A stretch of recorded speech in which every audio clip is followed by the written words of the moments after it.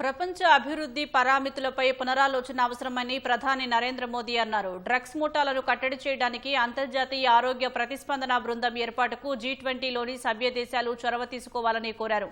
దక్షిణాఫ్రికాలోని జోహెన్స్బర్గ్లో జరుగుతున్న G20 శిఖరాగ్ర సదస్సులో మాట్లాడిన ప్రధాని ప్రపంచ పురోగతికి ఆఫ్రికా అభివృద్ధి కీలకమని పేర్కొన్నారు. భారత్ ఎల్లప్పుడూ ఆఫ్రికాకు మద్దతుగానే ఉందని తెలిపారు.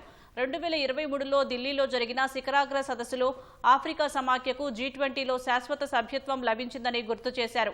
వచ్చే దశాబ్ద కాలంలో ఆఫ్రికాలో 10 లక్షల మంది సర్టిఫైడ్ ట్రైనర్స్ ను తయారు చేసేందుకు కలిసి పనిచేద్దామని పిలుపునిచ్చారు. ప్రస్తుతం ప్రపంచానికి సమ్మిళిత స్థిరమైన అభివృద్ధి అవసరమని మోదీ ఉద్ఘాటించారు. అంతర్జాతీయ ఆరోగ్య ప్రతిస్పందన బృందాన్ని ఏర్పాటు చేస్తే మహమ్మారులను మరింత సమర్థంగా ఎదుర్కోవచ్చని సూచించారు. ఇందుకోసం G20 సభ్య దేశాల్లోని వైద్య నిపుణులతో ప్రత్యేక బృందాలను ఏర్పాటు చేసుకుందామని ప్రధాని పిలుపునిచ్చారు.